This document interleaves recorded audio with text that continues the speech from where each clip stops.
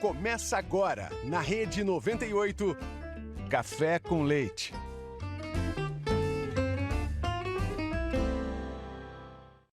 Café com Leite, começando mais uma edição desse programa que conversa, e particularmente agora nesse ano eleitoral, com todos aqueles que compõem o cenário político.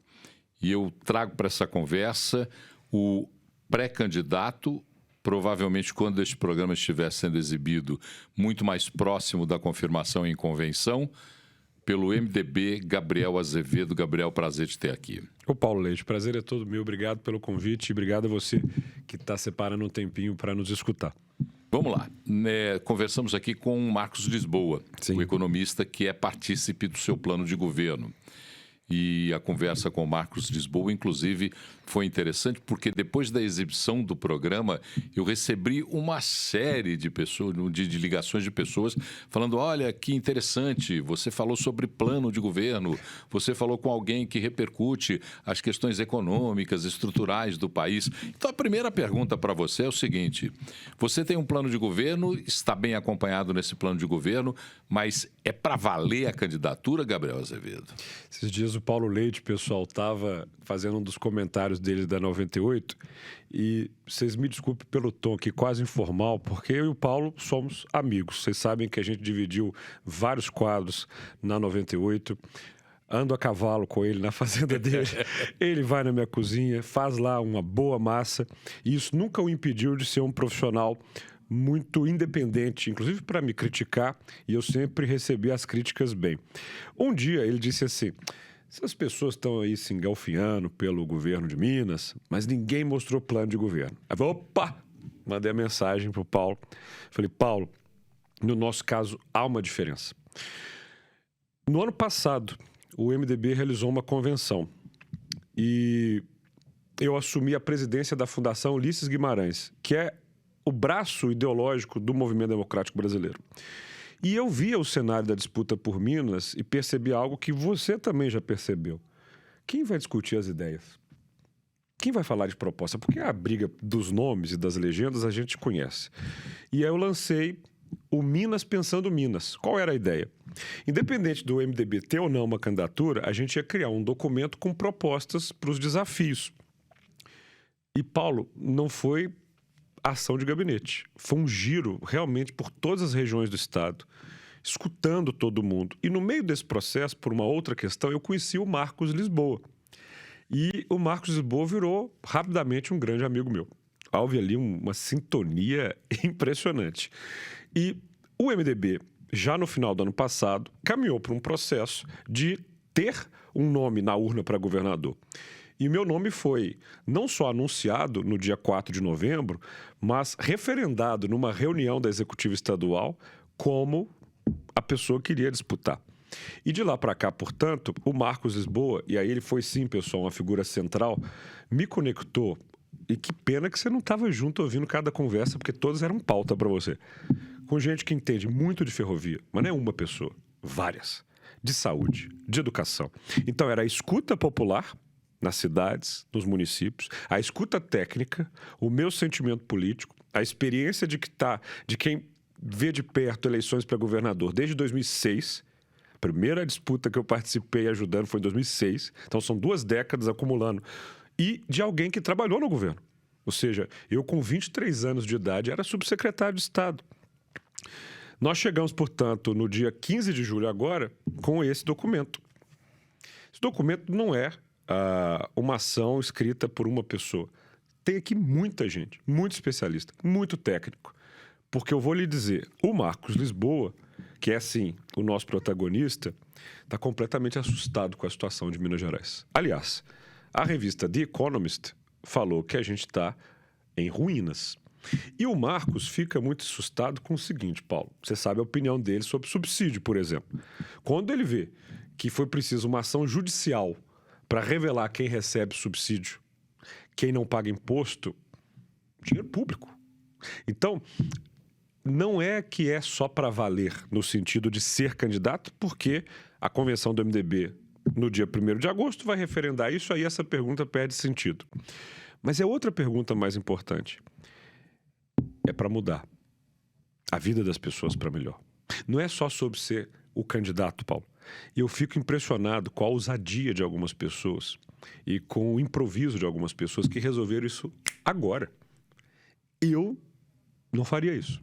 Se o meu partido me convidasse para ser candidato, faltando semanas, eu teria o respeito com o povo mineiro de falar não, porque esse Estado não merece improviso. Há todo um processo de compreender a dívida, o Propag, a relação no déficit, da LOA, do orçamento, dos programas, do que deu certo, do que não dá. Isso é respeitar o povo mineiro. Então, é mais do que para valer. É para vencer e para fazer diferença. Quando o Marcos Lisboa esteve aqui conosco, a primeira parte da conversa foi falando de economia. Ela desemboca numa análise do atual governo ou da situação do governo em Minas Gerais, porque nós sabemos que o atual governo herda também problemas que vêm se arrastando há mais tempo. Qual é o seu diagnóstico sobre a situação do Estado de Minas Gerais no aspecto gestão? Eu tenho cabeça de síndico, né, Paulo? Eu fui síndico 2 vezes do meu prédio e eu presidi um poder em Belo Horizonte. E tem uma regra que eu tenho como primordial. Não se gasta mais do que se arrecada. Nunca. Jamais. Quem não cuida das contas, não cuida das pessoas.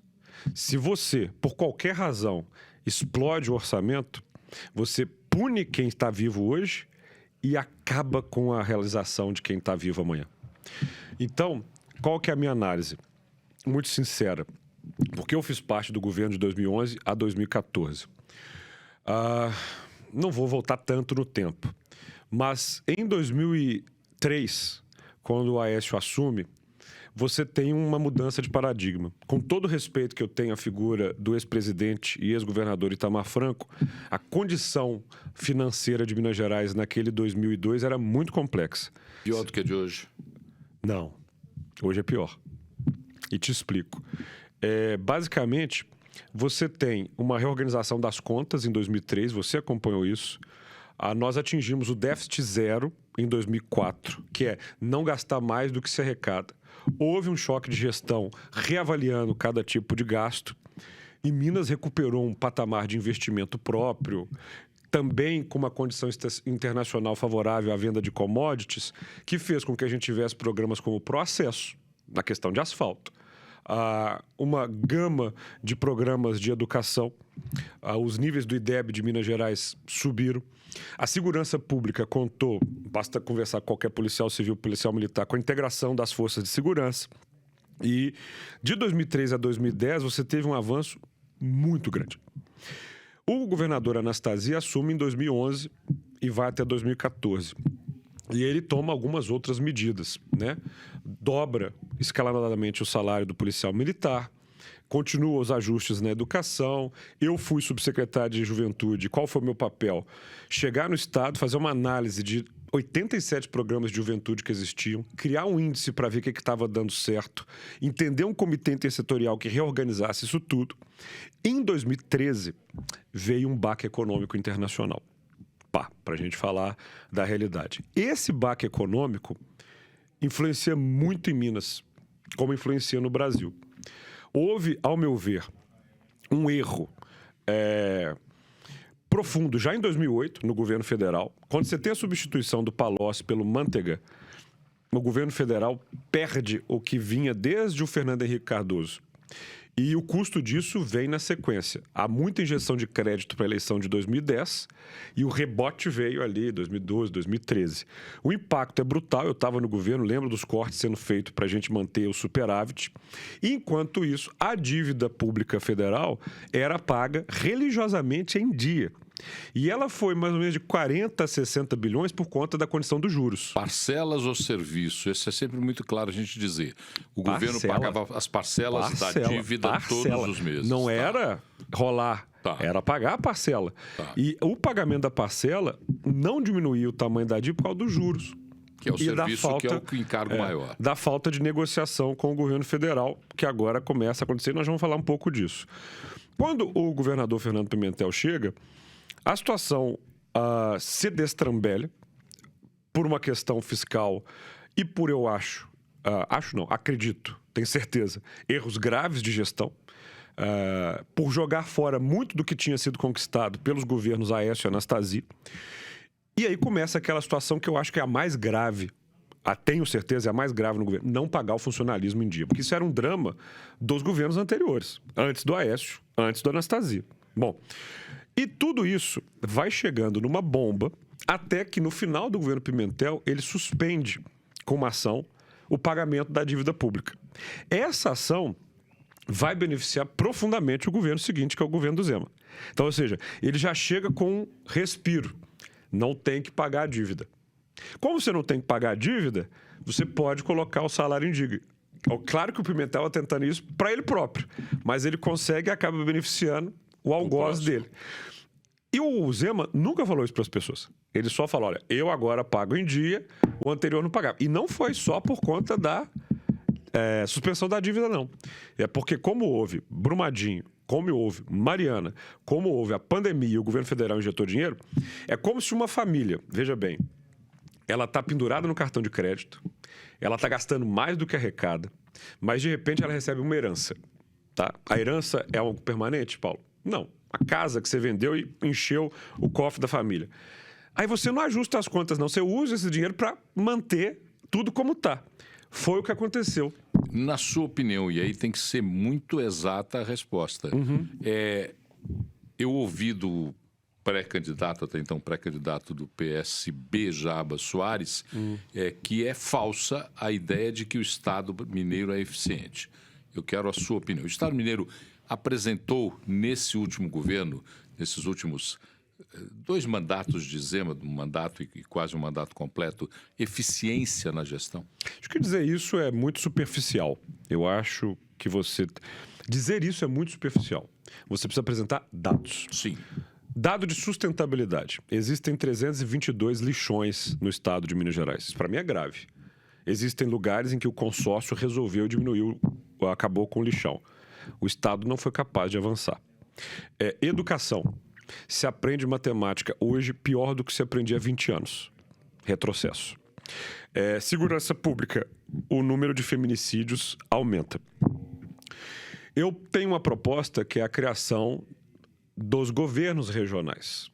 Quando eu propus isso, querendo uma governabilidade mais próxima, o governador atual falou, está querendo criar cargos. Ou seja, e aí me permita, ele não discordou, apontou ou melhorou a minha proposta. Ele não respeitou e mentiu a respeito. Eu não quero criar cargo. Existem, Paulo, muitos cargos comissionados no Estado. Eu fui perguntar quantos. Mais de 3 mil. E nessa pergunta eu descobri que tem mais de 500 sigilosos. Então, ou seja, eu estou querendo tirar isso da cidade administrativa e levar para o interior. Mas, ao mesmo tempo, eu quero perguntar o que essas funções todas estão fazendo. Então, veja, não é sobre dizer é ou não é eficiente, é apontar de modo concreto onde você faria diferente e melhor. Porque eu insisto, eu não estou nessa pré-campanha para adjetivar ninguém. Isso é muito simples, falar, não é eficiente. Não, o que você faria diferente, então, aqui? Então, no sentido da responsabilidade fiscal, por nenhuma razão, eu gastaria mais do que eu arrecadaria. E a LOA, depois você pode pegar a peça, ela prevê um orçamento de quase 150 bilhões para o ano que vem. O próximo governador de Minas Gerais vai pegar um orçamento em que a cada 10 reais, 9, Paulo, já estão comprometidos. Essa é a questão central. Ele não pode mexer em 9 de cada 10 reais. E mais, não é só isso. O déficit a cada 100 reais arrecadado, gasta-se 105. Meu amigo, isso não vai terminar bem. Então, um governo que está entregando para o próximo déficit primário, déficit de arrecadação, dívida não controlada, funcionalismo não equiparado à realidade e serviços que não têm boa presença de melhores, não pode, Paulo, se jactar a dizer o tempo inteiro que colocou o trem nos trilhos, que aqui o trem prospera, que, olha, a culpa é toda do governo anterior. Porque não é verdade. Você tem 8 anos para estar no governo. Quando... Vou fazer uma nota aqui. O Aécio tinha todos os motivos para botar a culpa de todos os problemas que Minas Gerais vivia no Itamar Franco. O governo do Itamar Franco foi muito complicado. Você lembra da greve dos policiais. Você lembra dele colocando tanque no Palácio da Liberdade para enfrentar o Fernando Henrique Cardoso. Você lembra da guerra, aspas, em relação à questão de Furnas. Era complexo. O Aécio não abriu a boca para falar do Itamar um dia. Seria mais fácil. Eu digo isso porque hoje, né, Paulo? Assim, eu entendo, hoje eu estava na academia e me abordou uma policial civil aposentada. Olha, eu tenho maior gratidão pelo Aécio, mas não vou votar porque estou desapontada com ele. Eu falei, eu compreendo que muitas pessoas estejam desapontadas, mas dá para negar o que foram os dados e as realizações do governo? Não dá. Por que eu digo isso? Porque hoje a política ela fulaniza. Não gosto desse, não respeito aquele, mas o que me interessa é ir no dado e falar, bom, quando essa pessoa governou, o que aconteceu? Quais foram as conquistas? E por que um governador de Minas Gerais tem de saber isso? Esses dias até citei, estava lendo o livro, o ajuntado de discursos, Compromisso Democrático, do Milton Campos. Uma pessoa que quer governar Minas e que não entenda, já te disse isso, o que foi Afonso Pena, Augusto de Lima, Antônio Carlos de Andrade, Benedito Valadares, Juscelino Kubitschek e por aí vai, ela comete um erro primário de achar que sozinha ela vai começar do zero e vai resolver tudo. Paulo, não vai. Pelo menos dos últimos 20 anos, você precisa compreender o que foi o governo do Aécio, do Anastasia, do Pimentel, do Zema I, do Zema II, Mateus. Por quê? Porque há coisas que deram certo e que deram errado nesse processo. Retira os personagens. Vai no dado, vai na informação. E você precisa comparar com outros governos no Brasil que funcionaram. E por isso, Marcos Lisboa citou aqui para você 2 governos que nos inspiram, de partidos diferentes, de pessoas com personalidades diferentes. Paulo Artung no Espírito Santo. Quem quer governar Minas Gerais precisa entender o que este senhor fez no nosso vizinho capixaba. A situação era pior. Pior. Mas é muito, viu, Paulo? E hoje o Espírito Santo dá lição pro Brasil. Se os nossos amigos, que tanto recebem bem a gente em Guarapari, fizeram, por que não nós? As Alagoas, do Renan Filho, também deram avanço com os... E aí o caminho, a receita está dado. Você assume o governo e o gasto cresce à medida da receita. Tá, mas você tem, dentro da estrutura de gestão pública e por conta do arcabouço legal brasileiro, obrigações previstas em lei, que te limitam e te engessam. E, ao mesmo tempo, é impopular e de difícil relacionamento com a Assembleia a criação de novas taxas ou tributos ou impostos. Não falei de aumentar a arrecadação. Tá. Aí é que tá. Como é que faz, então, para essa balança funcionar? Primeira Esse é coisa, o segredo. Eu não quero aumentar a arrecadação. Mas eu quero entender, meu caro amigo Paulo, por que eu pago imposto, você paga imposto e cerca de 4 mil pessoas não pagam? Ah, isso gera um benefício para mim. Qual? Essa política de que criar subsídio traz desenvolvimento é algo que o Brasil vem tentando há anos. Então, ponto número 1, rever sim, com lupa, os 25 bilhões. Ô Paulo, eu estou falando de 25 bilhões, eu não estou falando de 25 milhões, é B, de incentivos e subsídios. Lupa. Segundo ponto, nós precisamos muito incrementar nossa capacidade de fiscalização. Hoje pela manhã eu estava visitando a área no entorno de Belo Horizonte, que eu quero transformar no Parque Metropolitano da Serra do Curral, e que tem uma colcha de retalhos de processos mineradores, com gente correta e com gente não correta. Não tem fiscal, cara. Há semanas tinha caminhão arrancando minério na capital de Minas Gerais, sem ninguém entender como estava acontecendo. Isso é falta de estrutura ou falta de organização? É falta de tecnologia e inovação.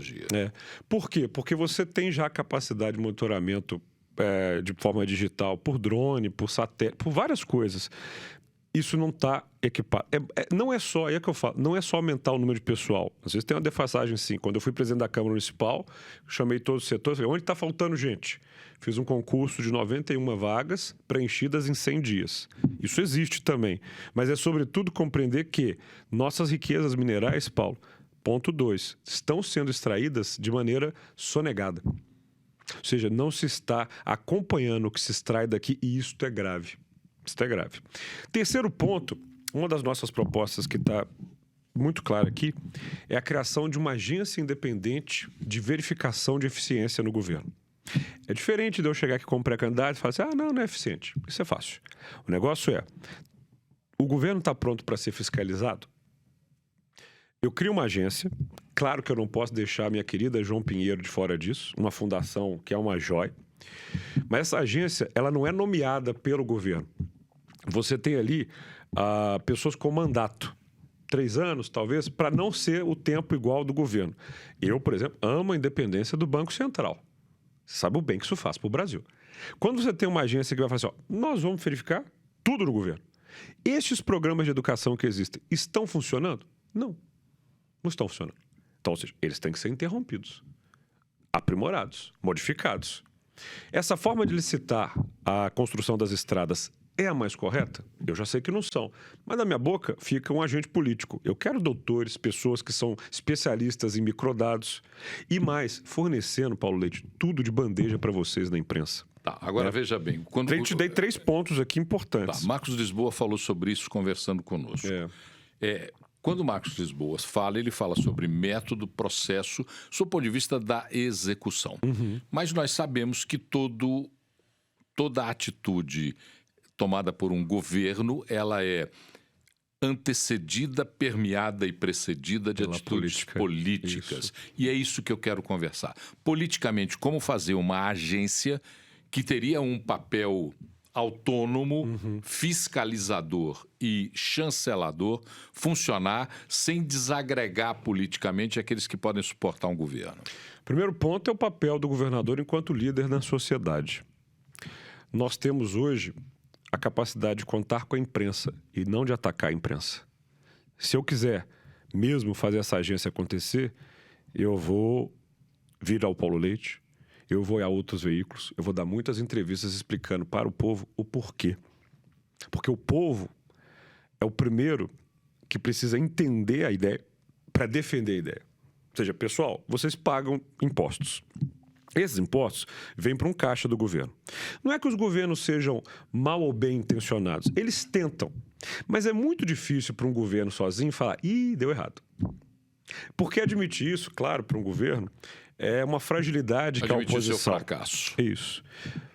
Mas quando o seu prédio reúne em uma reunião de condomínio para ver se o dinheiro aplicado ali está funcionando, ninguém tem a preocupação de falar, não funcionou, mas vamos deixar isso baixo. É o seu dinheiro.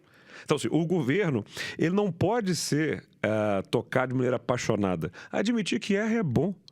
Eu sei, enquanto presidente da Câmara Municipal, o que deu certo, o que deu errado, eu não tenho problema de falar. Mas, geralmente, os políticos têm problema de falar. Então, uma agência é importante. Primeiro, convencimento.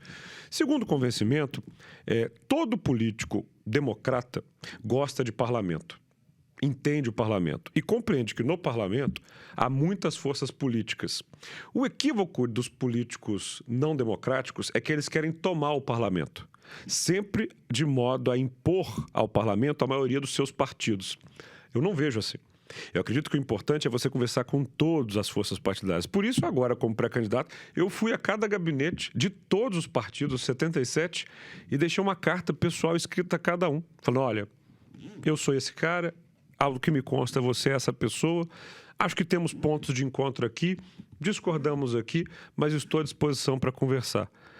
Eu fiquei surpreso com a quantidade de pessoas que responderam, mas não deveria, porque Minas Gerais não pode se desacostumar a conversar. Então, terceiro ponto, a minha postura nessa pré-campanha, Paulo, é de não estimular o conflito. Por quê?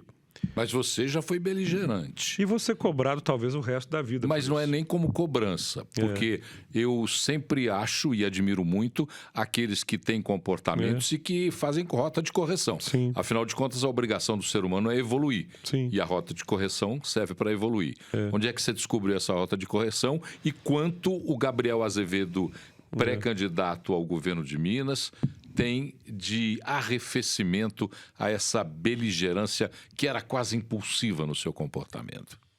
O cara, te ouvindo, é uma boa resposta. Olha só, se você buscar aí nos últimos anos o que eram as críticas e os elogios à minha atuação, talvez você possa fazer isso melhor do que eu próprio. Você sempre me elogiou publicamente pelo meu preparo. Você falou, não, o Gabriel é um cara que estuda, que tenta compreender os temas, que tem respeito aos dados, que tem um projeto. Isso é inegável, e aí que aqui é um depoimento como jornalista, uma das suas grandes qualidades é empenhar-se no conhecimento. Isso. Aliás, o processo de transformação, ele é empírico. Se assim não o for, ele é destrutivo. Inclusive admitindo, olha, isso eu errei, isso não está Sim. certo. Então, e como a minha vida é acadêmica também, na faculdade, na universidade, você não tem a vaidade de defender uma ideia que deu errado ou que é ruim. Se alguém te provou que o outro assunto é melhor, tá tudo certo. Meu pai dizia o seguinte, se você tem uma boa ideia e a ideia do outro te convence, adote a técnica do camaleão, absorva a ideia do outro que é melhor. Isso. Essa é uma coisa que eu aprendi para a vida. O processo de ser presidente da Câmara Municipal me ensinou na pior fase da minha vida política até hoje, o quanto você é eternamente responsável pelos erros que comete. Pequeno Príncipe. E segundo, você não faz nada sozinho. E por mais que você tenha habilidades numa área, as outras habilidades são fundamentais. E eu passei a fazer análise, já falei isso para várias pessoas. O que é análise? Eu falei, estava na academia. Então, ou seja, corri, malhei, quero meu colesterol baixo, quero estar em dia com o meu coração, quero ter uma vida saudável. A nossa mente precisa ser analisada para compreender o tempo inteiro como você pode ser melhor. E eu compreendi o seguinte, Paulo, eu não sou um herdeiro político. Nunca ninguém chegou e falou, toma, esse mandato é seu. Nunca ninguém chegou e falou, olha, tá aqui prontinho para você. O que eu tive, filho de uma professora aposentada, de um policial aposentado, não foi porque os dois viraram e falaram, vai lá, filho, seja um político. Talvez eu não tenha dito isso ainda numa entrevista, mas com você há essa liberdade total. Fui eu que, enfrentando, sobretudo, primeiro meu pai e a minha mãe, falei, vô. Meu pai dizia para mim o tempo inteiro, eu não quero um filho político. Eu não queria um filho político. Até porque a geração do seu pai tinha um conceito de políticos bastante ruim. Dos meus pais, não. Dos pais atuais. O conceito dos políticos é um conceito ruim. Então, meu pai falava... Foi piorado, inclusive. Meu pai, tá vendo aí? Colaborando com você. Meu pai falava, eu não criei filho para perder a moral na política. E minha mãe queria que eu fosse militar ou diplomata ou qualquer outra coisa assim. Falava, filho, mas isso... Então, o primeiro enfrentamento foi em casa. O enfrentar foi a minha gestão política. É diferente de um sujeito que recebe tudo pronto, como são vários dos nossos agentes políticos em Minas Gerais, que é um estado em que muitos dos personagens, se não têm pais políticos que assim fizeram, ou parentes políticos, têm parentes que podem garantir a esses herdeiros uma condição financeira para os seus intuitos enorme. Eu não tenho e não sou um herdeiro político e não sou um herdeiro financeiro. Papai, quando faleceu naquele junho de 20, não tinha nenhum meio material para mim. Então, Paulo, foi esse enfrentamento. Na sequência, fosse no partido, ninguém te dá nada. Toma aqui, você vai. Então, essa forma de ir vai te fazendo ser um cara assim, ó, quero, vou. E você já cria... Pronto para briga. Pronto para briga. Você já está pronto para o próximo jab. Eu não preciso brigar porque, no sentido em que você está fazendo política não para si, e aí você se pergunta, mas por que eu estou nisso? Ou seja, eu quero ferrovias. Aí você passa, na análise, você começa assim, deixa eu entender esse menino aqui. Você brincava de trenzinhos quando era criança? Sim. Porque eu ouvi uma Eu vi você falando isso. Eu ouvi, conversei isso com o Marcos Lisboa e falei. Porque um amigo disse assim, Gabriel tem fixação, ele devia brincar com trenzinhos quando era criança. Era uma das coisas que eu mais gostava. E eu tenho fixação em ver que as civilizações mais... Esses dias eu fui para Londres para estudar a construção da Elizabeth Line. Cheguei lá, tinha uma mulher de Cataguases, especialista me mostrando como é que é possível fazer com parcerias e tal. Lembrando que Cataguases teve um dos principais ramais ferroviários de Minas Gerais. O pai dela era ferroviário. Exatamente. Então, assim, nós somos muito fruto dessa criança. E aí você começa a perguntar, tá, mas tirando a vaidade, da ontem eu falei disso na análise, tirando a vaidade de ser um político, porque não acredito muito em político que não é vaidoso. Todos Aliás, somos. ambição e vaidade são qualidades e não defeitos, se bem trabalhados. Boa complementação. Se bem trabalhados. Então, tirando a questão da vaidade de ser político, que todos, salvo os que mentem, têm, qual é a sua vaidade enquanto um cidadão que possui mandato? Porque aí é diferente. Ou seja, assim, depois que você ficar 4 anos no governo, o que você terá deixado? Opa, eu quero fazer ferrovias. Eu realmente acho que as riquezas de Minas têm que se transformar num desenvolvimento socioeconômico. Eu que fui aluno de escola pública, o Instituto de Educação de Minas Gerais, que me formou e me formou bem, com professores incríveis, quero que as crianças de hoje, adolescentes de hoje, também tenham isso. Eu, que já tive arma na cabeça dentro de ônibus, já tive celular roubado, já corri atrás de trombadinha no centro para recuperar celular que me pegaram na mão, quero ter a liberdade de andar na rua com segurança. Eu, que tenho um plano de saúde, vi a minha avó, que não tinha, sofrer depois de ter tido um AVC e ter que se reabilitar depois de um AVC. Ou seja, não é só sobre disputar, compor, ser de um partido. É sobre cuidar das pessoas que vivem em Minas Gerais. E na hora que você se despe da vaidade do simplesmente ser o candidato, ser o governador, você compreende ter uma coisa que o mundo inventou para cuidar de si, chamado política, que é o contrário de alguém ditar e falar o que vai ser feito. A política é justamente o oposto de guerra. É a ferramenta que a sociedade criou para que você não imponha nada a ninguém. E por mais que a sua ideia seja brilhante, e aí eu concluo essa resposta para você, ela não vale nada se ela é imposta. Você precisa dialogar com as pessoas e convencer as pessoas de que sua ideia é boa. E aí sim ela prospera. E, portanto, se eu puder fazer um convite às pessoas que querem governar Minas Gerais do ano que vem, não percam nenhum segundo na pré-campanha, na campanha, brigando, porque quem sentar-se naquela cadeira a partir de janeiro de 2027 está muito lascado. Por que essa grande dificuldade, que já é diagnosticada não só por você, mas por outros, por que essa grande dificuldade para Minas Gerais, para governar Minas Gerais? Onde é que está o grande nó dessa gestão, uma vez que essa gestão tem como marca Minas livre para crescer, melhor ambiente de desenvolvimento, tudo isso dito pela atual gestão, apresentado pela atual gestão. Qual é o grande nó para se governar Minas Gerais? É a dívida, é a situação fiscal, é o processo administrativo, é a condição de centralização de poder? O que é que tem que é esse nó? Minha percepção é que a dificuldade de Minas Gerais é a mesma que a sua oportunidade. Geralmente é assim. Qual é a nossa dificuldade? Não vou me demorar na história de Minas, que vem da mineração, vem das Gerais, mas que, sobretudo a partir dos anos 70, se espalha.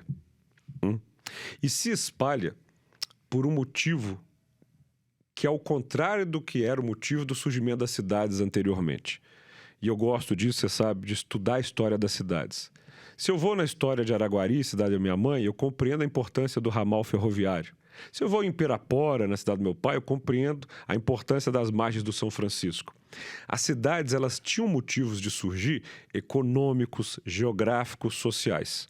A partir dos anos 70, 80 e, sobretudo, nos anos 90, quando a gente salta de cerca de 600 municípios para mais de 800, o surgimento dos municípios em Minas Gerais não se deu por conta de questões econômicas, geográficas ou sociais. Políticas. Mas meramente eleitorais. Políticas. Precisavam de mais comarcas e distritos para poder pulverizar sua capacidade de captação de votos. Esse é um grande nó? Esse é um grande nó por quê? Porque na ausência de regionalidade governal, e aí é que é o meu ponto do governo regional, você é quase que forçado a atender cada município como se fosse uma ilha, sem integrar regionalmente serviços e oportunidades. Explico. Não dá para você por conta de um limite municipal, dizer, ó, aqui tem que ter uma escola, aqui tem que ter uma escola, aqui tem que ter uma escola. Aqui tem que ter um hospital, aqui tem que ter um hospital, aqui tem que ter um hospital. Aqui tem que ter isso, isso, isso, isso. Se você trata tudo como uma caixinha, esse espalhar no território quebra o governo central. O que você precisa é integrar as regiões para o serviço. Te dou um exemplo. Em matéria de educação, estou andando muito. Você vê em alguns lugares escola entupida. E você vê em outros lugares escola vazia.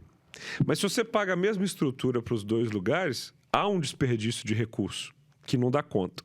Você precisa, portanto, não tratar os municípios de maneira individual e criar os consórcios e conexões para que o transporte escolar eficiente garanta que toda a pessoa que busca educação vai encontrá-la com qualidade. Ou então você cai no erro de fazer chegar em cada localidade o serviço de maneira apartada. Como é que você vai convencer o prefeito de São José das Abobrinhas de que ele vai ter que abrir... Esse município não existe. Não existe. Eu estou fazendo no sentido figurado para que nenhum prefeito se rebele contra mim. Como é que você vai convencer o prefeito de São José das Abobrinhas que Santo Antônio da Boca Torta não vai ter o hospital e Abobrinhas é que vai ter para atender Boca Torta, que está a 70 quilômetros, quando eles são de partidos distintos e ideologias distintas? Muito bom. Evitando briga, não perdendo tempo na mídia social, xingando um partido que pode ser aquele do prefeito que vai estar na mesa comigo para eu convencê-lo, e seguindo a escola do melhor colégio de política do Brasil, o nome dele é Minas Gerais. Cara, não foi fácil para esse estado construir uma nova capital. O parlamento em Ouro Preto teve que ser transferido para Barbacena porque eles iam explodir de tanta raiva. Mas aconteceu. Não foi fácil para o JK convencer as pessoas de que a gente precisava da CEMIG, que a gente precisava de energia, que a gente precisava de conexão, de estradas. Mas ele fez. Não foi fácil de jeito nenhum, cara, para o Anastasia mostrar para as forças policiais que elas tinham que estar integradas, mas ele fez. E aí é que entra o político. O político, que não perde tempo com briga e com vaidades à toa, ele senta-se à mesa e explica o motivo.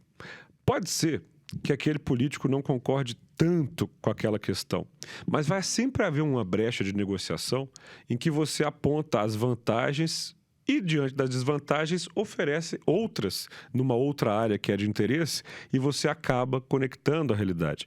Por quê, Paulo? Se não houver convencimento político e se o plano não for organizado, todos nos daremos mal a longo prazo. Então, não é fácil, não.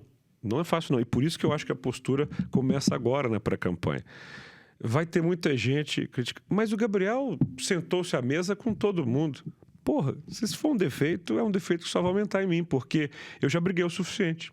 E se eu quero governar Minas Gerais, eu entendo que eu precisarei conversar com 77 deputados estaduais, com 150 desembargadores, com 53 deputados federais. Você vai ter que mudar a lei. Você vai ter que mudar a lei federal. Você vai ter que dar um jantar com os deputados federais e falar, ó, essa daqui é a minha pauta enquanto governador para vocês lá em Brasília. Preciso que vocês trabalhem. E não tem como você entregar isso só para o seu partido. A nossa bancada federal, ela é fraca porque ela não tem coordenação ou ela é fraca porque os processos de eleição conduziram pessoas fracas para essa bancada? Eu sou próximo de vários membros da bancada federal e dialogo com eles permanentemente.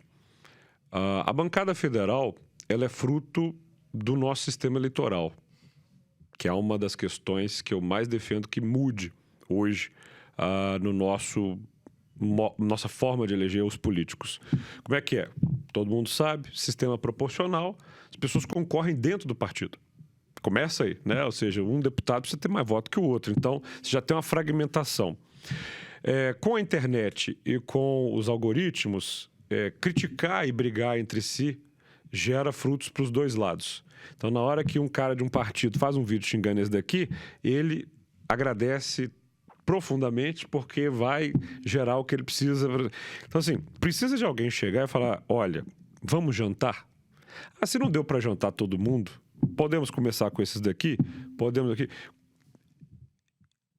O governador, a não trazer para si o papel que outros governadores fazem. Posso te mostrar o comportamento da Raquel Lira, posso mostrar o comportamento do Eduardo Leite, você usa os espaços de poder para atrair as suas bancadas e dar pauta. Porque aí, Paulo, eu vi e falei, Paulo, te bato um gancho. Aqui, ó, eu entreguei para a nossa bancada federal essa pauta aqui, ó. Pedi para os 53 assinarem um projeto de lei e fazer tramitar em Brasília. Vou botar meu peso institucional, vou até o presidente da República, vou dar entrevistas para o povo. Se não quiser de jeito nenhum, aí nós temos outro problema. Mas eu sinto que isso não aconteceu. Por quê? Porque observam a fragmentação, que é fruto do sistema eleitoral, veem aquilo como um lugar espinhoso e preferem não se envolver. Mas aí Minas Gerais deixa de utilizar algo que o Nordeste faz o tempo inteiro e nos ensina, embora essa lição não seja tão observada. Você pode brigar o tanto que for na urna, mas venceu, você tem que se unir com seus colegas para atingir o objetivo maior. Por que eu digo isso? Porque enquanto vereador aos 8 anos vereador, eu saio do cara, né, que chega lá sendo um dos poucos a usar as mídias sociais daquele jeito, vídeo e tal, e termino como presidente da Câmara. Se alguém perguntasse em 2017, você acha que o Gabriel um dia vira presidente da Câmara Municipal? Você diria jamais. Eu diria nunca. Mas eu passei 2 anos sem usar mídias sociais. Foi um exercício, inclusive. Para falar, não, pera lá, a política não é só isso. Aí vem a conversa, o diálogo. E eu passei a conversar com todos. Passei por problemas de crise, de confusão. Eu sei. Por quê? Quando você quer fazer alguma coisa, você enfrenta turbulências. Ou você acha que foi fácil ser o primeiro vereador da história de Belo Horizonte a baixar a tarifa de ônibus? Ou você acha que foi fácil conduzir uma CPI colocando o dedo na cara de empresários que estão num contrato que eu considero nada benéfico para a cidade? Ou você acha que foi fácil ser um dos pouquíssimos vereadores a votar contra um plano diretor que eu falei, vai dar errado e deu errado? Ou você acha que foi fácil ser um vereador independente que é bom para a cidade, é do governo, eu voto a favor. É ruim, eu voto contra. Não é simples, mas você faz. Essas questões que você falou, eu não acho que a polêmica é necessariamente ruim se ela tem um propósito. Porque as ideias podem ser diferentes. Por exemplo, eu quero fazer ferrovia. Você acha que todo mundo em Minas vai achar legal? Ou tem um setor, uma turma que vai falar assim, eita... Alguns setores. Eita, mas se tiver ferrovia, como é que eu faço com o asfalto? Como é que eu faço com o caminhão? Como é que eu faço com combustível? E o povo... Você sabe que a gente é um pouco refém, ou muito refém, de quem quer manter as coisas iguais para seguir se beneficiando aos poucos, enquanto muitos não se beneficiam. Eu estou cansado de ver Minas Gerais ser um estado rico em recursos com um povo que se empobrece no desenvolvimento próprio. Vamos falar um pouquinho de projetos que estão na pauta, acontecem e que precisam de uma opinião daquele que quer ser governador de Minas Gerais. Tá. Propag, sua opinião sobre o projeto ou plano de resgate e pagamento das dívidas de Minas para com a União. O Propag tem algumas categorias em que cada estado pode ingressar. Nós encontramos uma caixinha, de acordo com algumas negociações, e essa caixinha dá um alívio momentâneo. Ela não está de modo claro apresentada para a população.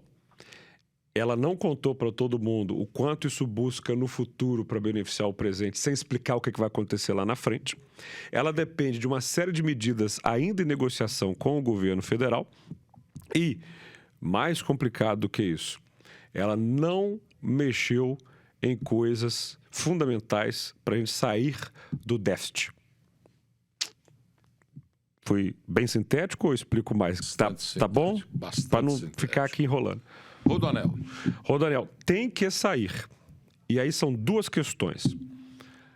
Eu sou professor de Cultura, Diversidade e Sociedade na Faculdade de Direito Milton Campos. Eu ensino, por exemplo, as questões ligadas à comunidade quilombola. E os povos quilombolas brasileiros precisam ser respeitados. A depender de definidas obras ou intervenções, essa população tem de ser consultada. Como essa população tem de ser consultada, não é algo previsto. Você sabia disso? Não. Estou te contando uma questão que eu encaminharia para a nossa bancada federal. De que maneira, quem consulta, quanto tempo, de que forma isso se dá, tem de estar organizado em lei. Porque se você obriga o empreendimento a escutar, você, enquanto legislador, precisa dizer como. Então, há uma comunidade quilombola ligada à questão do traçado. Respeitando essa comunidade, essa escuta tem que ter prazo, formato e maneira de acontecer. E, para além disso, o traçado já deveria ter pensado nessa sensibilidade. Teremos que sentar à mesa, chamar o governo federal com a bancada. Isso vai fazer bem para o Brasil todo, porque o Brasil inteiro vive questões similares. E você não pode brigar com os prefeitos envolvidos, a saber, Betim, Contagem, porque o Rodoanel precisa sair. É uma questão estrutural fundamental para Belo Horizonte. Não só o Rodoanel, como o anel ferroviário, tá? Que é outro tema que as pessoas deixam de lado, mas o transporte ferroviário de passageiros para a região metropolitana é uma das soluções fundamentais, ao lado do bilhete único, para a gente destravar o trânsito. Além de uma outra que ninguém fala. O Brasil tem um estatuto da metrópole, para além do estatuto das cidades. O plano diretor da região metropolitana de Belo Horizonte tem que ser encabeçado pelo governo do estado, porque, Paulo, se eu crio um parque metropolitano, BH, Sabará, Nova Lima, eu crio um outro eixo de mobilidade. Pá, isso é plano diretor integrado. Crio uma nova rota de criação de habitação. Se eu compreendo a mancha da capital, né, e com outras manchas aqui, Ribeirão, eu vejo o vazio que ainda está formado. Se eu conecto o centro de Belo Horizonte ao aeroporto, eu estou não só fazendo um conjunto, porque não é só o Rodoanel. O Rodoanel é importante, mas ele é só para automóveis, para o transporte clássico. Não é só isso que vai fazer a cidade funcionar, a capital e a região metropolitana. É um conjunto de medidas que tem que ter o governo estadual como orquestrador. Mas deixando muito claro, comigo no governo, este é um projeto prioritário. Com busca da participação público-privada ou o governo sendo responsável por essas ações? Eu gosto e muito da participação privada nos empreendimentos do governo. Eu sou um social-liberal. Eu acredito na importância do Estado, na seriedade do governo e numa democracia, na participação sem igual da iniciativa privada. É claro. Você tem todos os agentes coexistindo, porque o objetivo é um só. E, claro, com muita fiscalização, com muita escuta e com muito diálogo para que, ao fim e ao cabo, o atendido seja o cidadão. Privatizações. Nós tivemos aí a privatização da Copasa, que ainda não está bem entendida por todos, mas já é consolidada. O dinheiro, inclusive, já foi depositado na conta. Nós temos a possibilidade, a discussão da privatização da CEMIG e as privatizações são consideradas uma forma de o governo ter caixa para poder realizar. Como é que você vê essa questão? Em primeiro lugar, eu sou contra a privatização da CEMIG, como eu era contra a privatização da Copasa. A Copasa já foi privatizada, a nossa urgência agora é discutir a modelagem, garantir saneamento, sustentabilidade com esgoto, discussão com os municípios, parâmetros de verificação de qualidade de água e uma série de outras questões. Quanto à CEMIG, vou te dar um exemplo, me preocupa muito o atendimento à zona rural. Muito. Você não tem agricultor, não tem pequeno agricultor, não tem agronegócio que não te reclame, que não tem energia. Então, assim, a CEMIG tem que ter um braço forte conectado ao Estado para chegar nesse lugar. Não sem abrir mão da iniciativa privada como prestadora de serviço. Eu preservo como estatal. Agora, você vai ver aqui no plano, eu estou com o Marcos Lisboa, há um conjunto de estatais que, ao nosso ver, não fazem sentido. O seu valor de mercado, eu vi outros personagens na história, vou privatizar e vai dar tanto de caixa. Me mostra aí. Então, assim, analisar isso como caixa, não, mas como eficiência, sim. Ou seja, vou te dar um exemplo. A questão da Prodenge. Eu já falava isso da Prodabel em Belo Horizonte e falo da Prodenge. Você que quer um governo profundamente ligado à tecnologia, à questão de aplicativos, ao uso da tecnologia da informação, este mercado é profundamente agitado. Os valores, se você for contratar alguém para fazer um aplicativo hoje, né? Você não tem. Eu, quando era do Estado, fui fazer um site, Paulo. Eu tentei fazer na Prodenge, não saía. Então, assim, essa questão da eficiência é o que eu te falei. Com a agência independente, ela vai dar o grau de eficácia, de cada um desses lugares, empresas públicas e autarquias. E aí você parte não só com aquele discurso de raio privatizador, mas com um raio de eficiência para você ver o que de fato é. Mas nunca com essa simplificação, posso te dizer, fetichista de mercado, de que o Estado não é por si só eficiente. Isso é desrespeitar o servidor público, o funcionalismo, porque tem muita gente para lá de capacitada em Minas Gerais. Relação com servidores públicos que sempre tem sido um nó nas conversas entre governo e gestão e servidores. Como é que vai ser a isso? Ausência de conversa. Esse é o primeiro problema. Como eu fui presidente da Câmara Municipal, eu criei algo que eu achava fundamental. Mensalmente havia já o dia e o horário da conversa do presidente com o sindicato. Não é porque tem crise. A pauta é permanente. O que está bom, o que pode melhorar, o que está bom. Além disso, a criação da database da recomposição, de como vai ser, sem surpresa, sem necessidade de arranca-rabo e com transparência total. Por exemplo, eu lancei uma carta de 20 pontos para a Polícia Militar. Estou escrevendo outra com a Polícia Civil. Eu estava na reunião com vários policiais civis, aí, vários que prestaram concurso, mas a gente quer saber a data e quantos serão chamados. Não sou leviano. E mais, vamos lembrar que para cada compromisso com o servidor, tem que vir primeiro o compromisso com o cidadão. Ele paga a nossa conta. Aí você tem que falar assim, não, eu estou fazendo isso para o servidor público, por quê? Porque o número de homicídios vai cair aqui, ó. Porque se eu continuo remunerando de alguma maneira, mas os dados continuam piorando, eu tenho um problema. E isso é uma questão que eu sempre disse para o serviço público. Não dá para esquecer que na ponta tem alguém precisando de um serviço. Toda ação para um servidor é mirando o cidadão e não o corporativismo. Eu sou um cara, e eu tenho ciência disso, que não conta com a menor simpatia dos servidores da BH Trans. Por quê? Porque eu sou o cara responsável por fechar a BH Trans. Por quê? Porque a BH Trans se transformou num órgão totalmente corporativista que não resolvia o trânsito de Belo Horizonte. E aí, na hora que uma audiência pública aconteceu e alguém falou assim, olha, mas nós vamos contar para todo mundo que você está fechando a BH Trans. Eu falei, mas façam lá na Praça 7.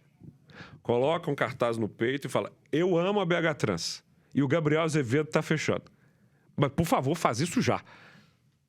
Eu não tenho receio de sentar na mesa e deixar claro o que eu vou fazer. Eu sentei com os servidores da BH Trans e falei, olha, atenção, nós vamos fechar vocês. Como assim? Sim.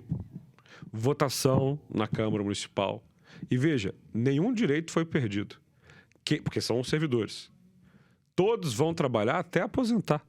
Mas de quando a gente aprovou a lei até 5 anos na sequência, não se fazia mais concurso. Os aposentados iam se aposentando. Todas as garantias e direitos resolvidas. Os que continuarem depois de 5 anos são distribuídos. Nós criamos uma superintendência de mobilidade, porque cuidar de trânsito é cuidar da ocupação, ligada à Secretaria de Planejamento Urbano. E a vida seguiu. E tem pessoas lá que vão ter raiva de minha vida toda. Paciência.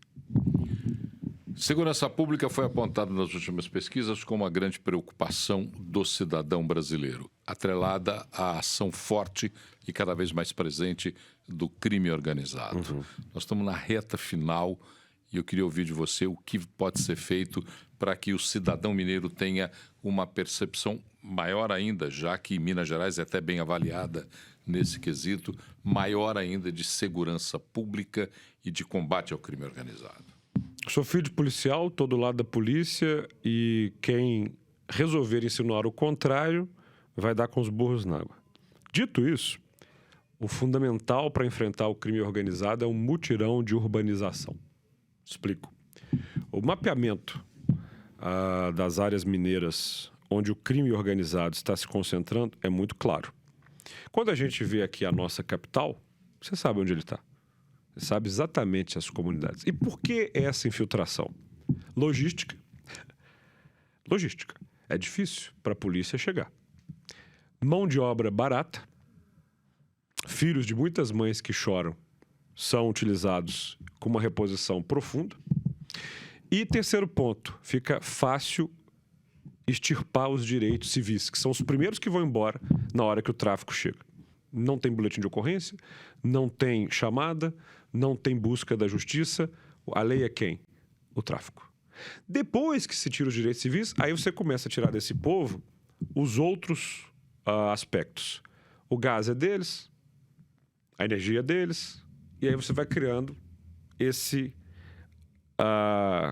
estrutura estranha ao Estado. E o Estado apodrece ali.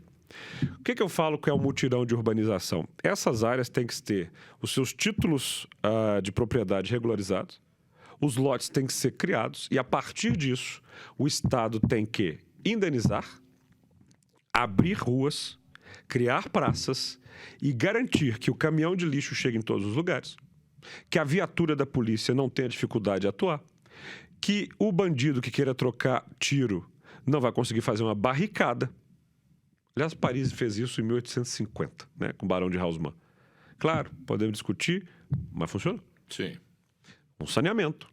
Porque quando se fala de escola e de saúde, isso já tem. Está perto, ou está ali dentro. Eu estou falando de direito civil, de urbanismo, de rua, de iluminação, de garantir que essas pessoas não tenham um espaço para se proliferar. Porque senão, eu vou ter quantas operações policiais eu quiser. Subo, corro o risco de ter operação com a morte de policiais, o que eu quero evitar a todo custo. O policial tem que voltar para casa vivo. Vivo. Tem uma família esperando lá. O governo que fica metendo a polícia o tempo inteiro em operação só para mostrar para a sociedade que está enfrentando o tráfico, não faz enfrentamento de segurança, faz espetáculo à custa da vida de pai que pode não voltar para sua família. Agora, feita essa urbanização, a polícia tem que estar presente. A polícia que respeita o cidadão, mas que prende o criminoso e o traficante. E, para além disso, Paulete, ali é uma franja dessa bandidagem. É a cabeça que a gente tem que mirar. É o cara que não mora ali, não. Esse mora, às vezes, num condomínio muito luxuoso. Esse precisa de polícia federal, polícia estadual, rodoviária, polícia militar, polícia civil, todos unidos, com muita inteligência, como é o caso do FICO, você conhece, a Força de Combate ao Crime, operada pela Polícia Federal por operações, para garantir que um prédio de 19 andares no centro de Belo Horizonte não seja um estoque de contrabando. Porque quando o cidadão tem o celular roubado aqui no asfalto, ele está contando com a cadeia mais baixa da hierarquia desse tráfico. Vai alimentando, subindo uma turma. Tem que mirar aqui, ó. Essa cabeça que tem que ser tirada. Reta finalíssima, alianças partidárias previstas para a sua campanha. E eu queria que você terminasse nos dando um presente, dizendo o nome do seu vice na chapa. Você está afiliado? Você seria um vice divertido. Olha só, pessoal. O político tem que escolher o vice com mais cuidado do que escolhe o casamento. Estou falando uma coisa muito importante aqui. Eu tenho uma última experiência de vice aí complicada. Você lembra? Então, o vice ele não pode ser imposto por questões partidárias. Ele tem que estar de acordo com o seu plano de governo. Ele tem que ter o dom da discrição. Ele tem que ter a destreza da lealdade. E ele tem que se somar. Certamente alguém que será vice no nosso governo não será só para esperar um óbito ou uma substituição. Ele terá um papel no governo, porque a gente tem que, maximizar gastos e oportunidades. Nesse sentido, eu posso te dizer que há pessoas dentro do próprio MDB com perfis variados que desejam pleitear essa posição. E aí eu me preservo no direito de não expor para não constranger. E há pessoas em outros partidos que dialogam com a gente que também gostariam dessa posição. Então, me permita guardar com algum carinho essa informação que aprendi até com o anedotário político, que o Hermínio de Moraes deixou de ser vice do Tancredo por alguém que não soube guardar segredo. E eu não vou cometer esse mesmo pecado, ok? Perfeito. Estamos terminando aqui o nosso Café com Leite. Conversamos com o pré-candidato e, a partir da próxima convenção, que acontece no início de agosto, a confirmação para a candidatura ao governo de Minas Gerais. Dia 1º de agosto. Como é um prazer sábado, estarem lá. 10 horas na Assembleia. Quero convidar todo mundo e quero convidar você, porque ainda não posso pedir voto, a lei não me deixa, para fazer duas coisas. Não precisa gostar de mim, não precisa não gostar de mim, mas, por gentileza, seja um eleitor que faz diferença. Passa a carinha dos candidatos, passa o jingle, passa as propagandas, pega essa peça aqui de cada um, cada um vai escrever, vê se ela para de pé, entenda o que ele está propondo, porque, para além de eu ser um pré-candidato a governador, eu sou um cidadão de Minas Gerais, eu sou um eleitor. Se você cuidar direitinho do que o seu dedo vai fazer na urna, Minas Gerais tem uma oportunidade enorme pela frente. E eu venho, nos últimos tempos, utilizando as nossas mídias sociais, te convido a seguir Gabriel Azevedo no TikTok, no X, no Facebook, no Instagram, para te informar mais, para propor, para não brigar, para conciliar, porque eu não estou afim de ser aquele que briga, eu estou afim de ser aquele que conversa. Eu não quero só ficar falando, eu quero fazer. Me segue lá, vem junto, lê nosso plano de governo, porque nós temos mais oportunidade de elevar o nível do debate e da discussão nessa campanha. Lembrando o Brasil que Minas Gerais é o lugar da política feita de maneira grandiosa. Obrigado, Gabriel. Valeu, Paulo. Grande prazer ter você aqui. Para você que nos acompanha até agora, muito obrigado pela sua companhia. O Café com Leite volta na próxima semana e você já sabe, você é o nosso convidado especial. Até lá. Termina aqui, na Rede 98, Café com Leite.